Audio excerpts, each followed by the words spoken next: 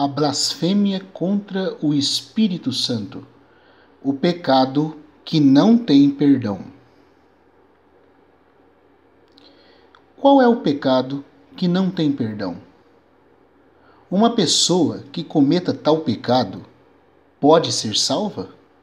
Qual o verdadeiro significado desse pecado específico? Resposta: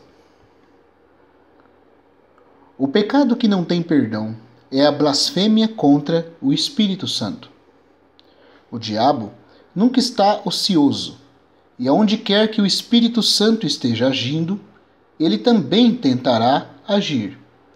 Muitas vezes, ele distorce a verdade da palavra de Deus para atormentar as pessoas. Quando o Espírito Santo convence uma pessoa do seu pecado, o diabo intervém e diz: você é um pecador, o pior de todos. Até mesmo cometeu o pecado de blasfemar contra o Espírito Santo. Muitas pessoas temem haver cometido o pecado contra o Espírito Santo. Expliquemos, pois, o que significa esse pecado, e chegaremos à conclusão de que não é possível cometer esse pecado nos dias de hoje. Vamos a Marcos, capítulo 3, verso 28 ao 30.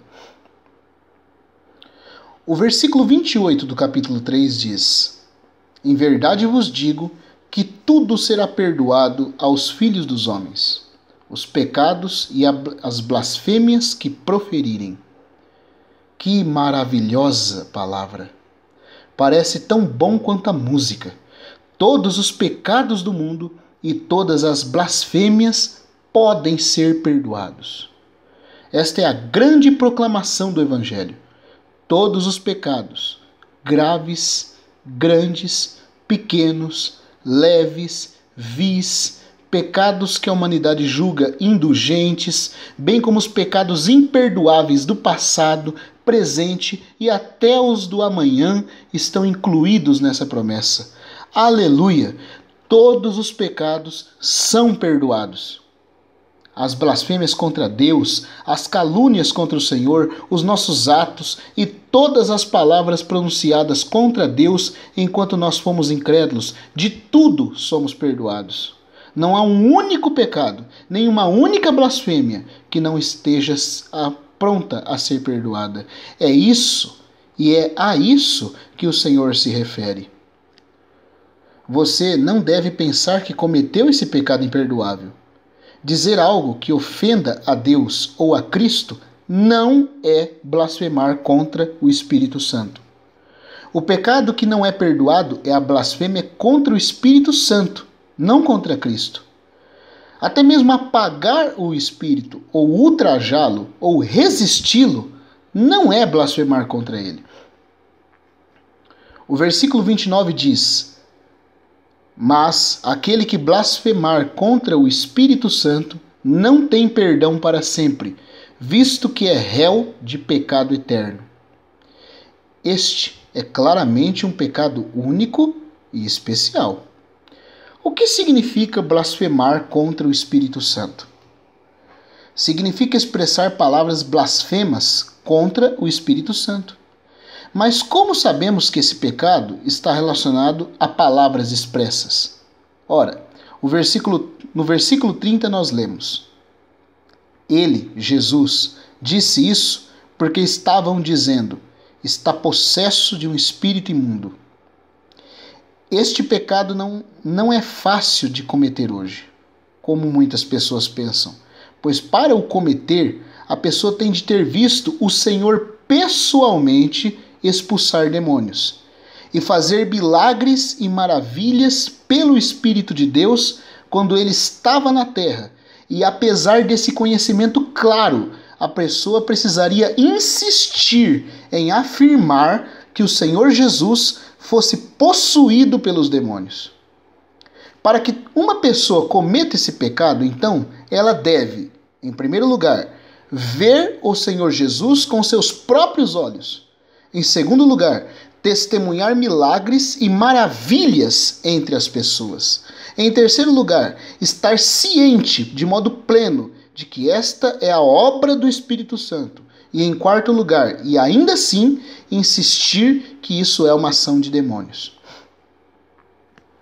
Mas como podemos cometer o pecado de blasfemar contra o Espírito Santo se não vimos o Senhor Jesus com nossos próprios olhos?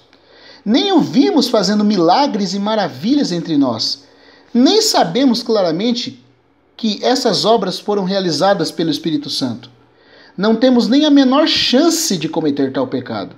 E se alguém ou o diabo vier até nós e nos dizer que o cometemos e que não podemos ser perdoados, podemos responder imediatamente que não há tal coisa, porque nunca vimos pessoalmente o Senhor, nem o vimos fisicamente fazer milagres e maravilhas. Além disso, não afirmamos que seus milagres e as maravilhas foram feitas pelo diabo, pois sabemos, com certeza, que foram feitas pelo Espírito Santo. Havia uma vez um novo convertido que perguntou a um irmão mais velho o seguinte: será que eu cometi o pecado de blasfemar contra o Espírito Santo? E o irmão mais velho respondeu com razão: se você se aflige pelos seus pecados, você não pecou o pecado da blasfêmia contra o Espírito Santo. Isso é verdade.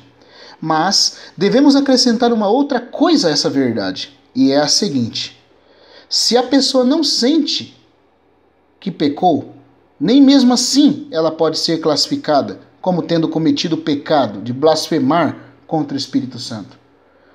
Observe como o Evangelho de Mateus relata esse fato. Ele diz: se alguém proferir alguma palavra contra o Filho do Homem, ser-lhe-á isso perdoado. Mas se alguém falar contra o Espírito Santo, não lhe será isso perdoado, nem neste mundo, nem no porvir.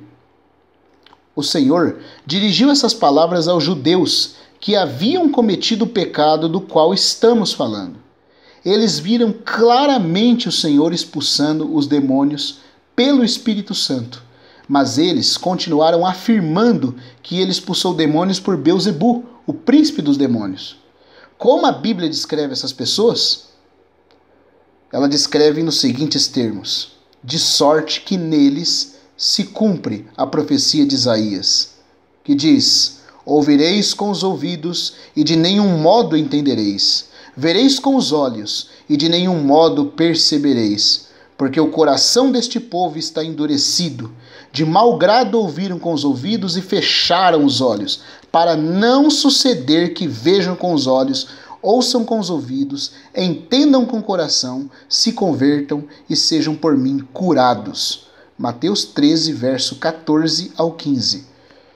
Isso nos mostra que qualquer um que tenha cometido o pecado de blasfemar contra o Espírito Santo não sentiu em nenhum momento a necessidade de ser salvo, nem desejou ser salvo, porque seu coração era, ao fazer isso, de modo plenamente endurecido.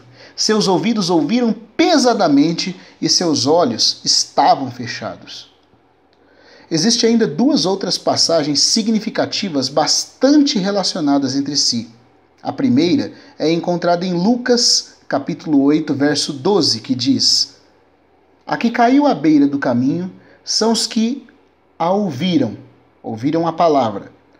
Venha seguir o diabo e arrebata-lhes do coração a palavra, para não suceder que, crendo, sejam salvos. O diabo sabe que quando uma pessoa acredita, ela é salva. Por isso, ele tem tanto medo que as pessoas venham a crer, pois assim elas serão salvas. A outra passagem correlacionada a essa está em Mateus 13, verso 11 a 15, que podemos dizer assim.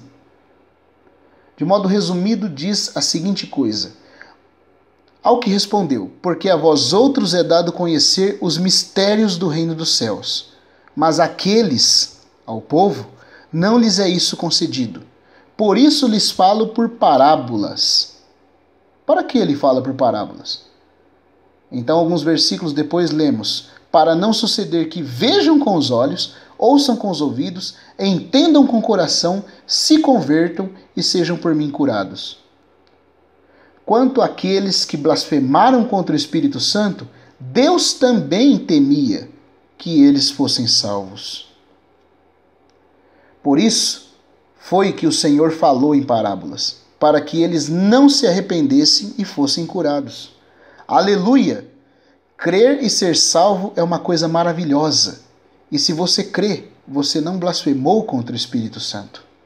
Quem blasfemar contra o Espírito Santo nunca será perdoado, pois, diz o texto, é réu de pecado eterno.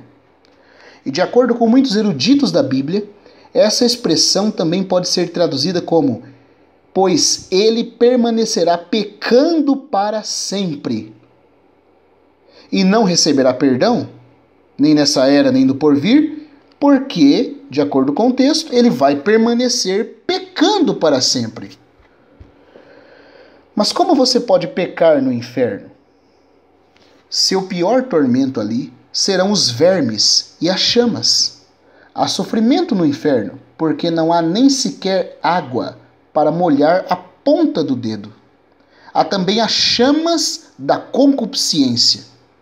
É um lugar onde o pecado e a concupiscência nunca estarão satisfeitos. É um lugar de tormento.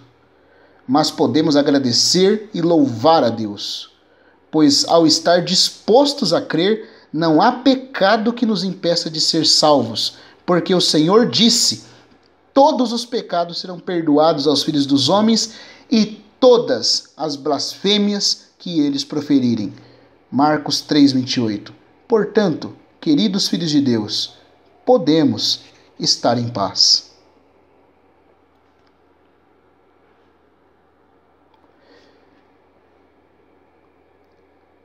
Foi retirado este áudio do livro Perguntas sobre o Evangelho, da autoria de Watchman, publicado por ele em 1934. A pergunta aqui respondida é a número 44 das 50 perguntas que constam no referido livro.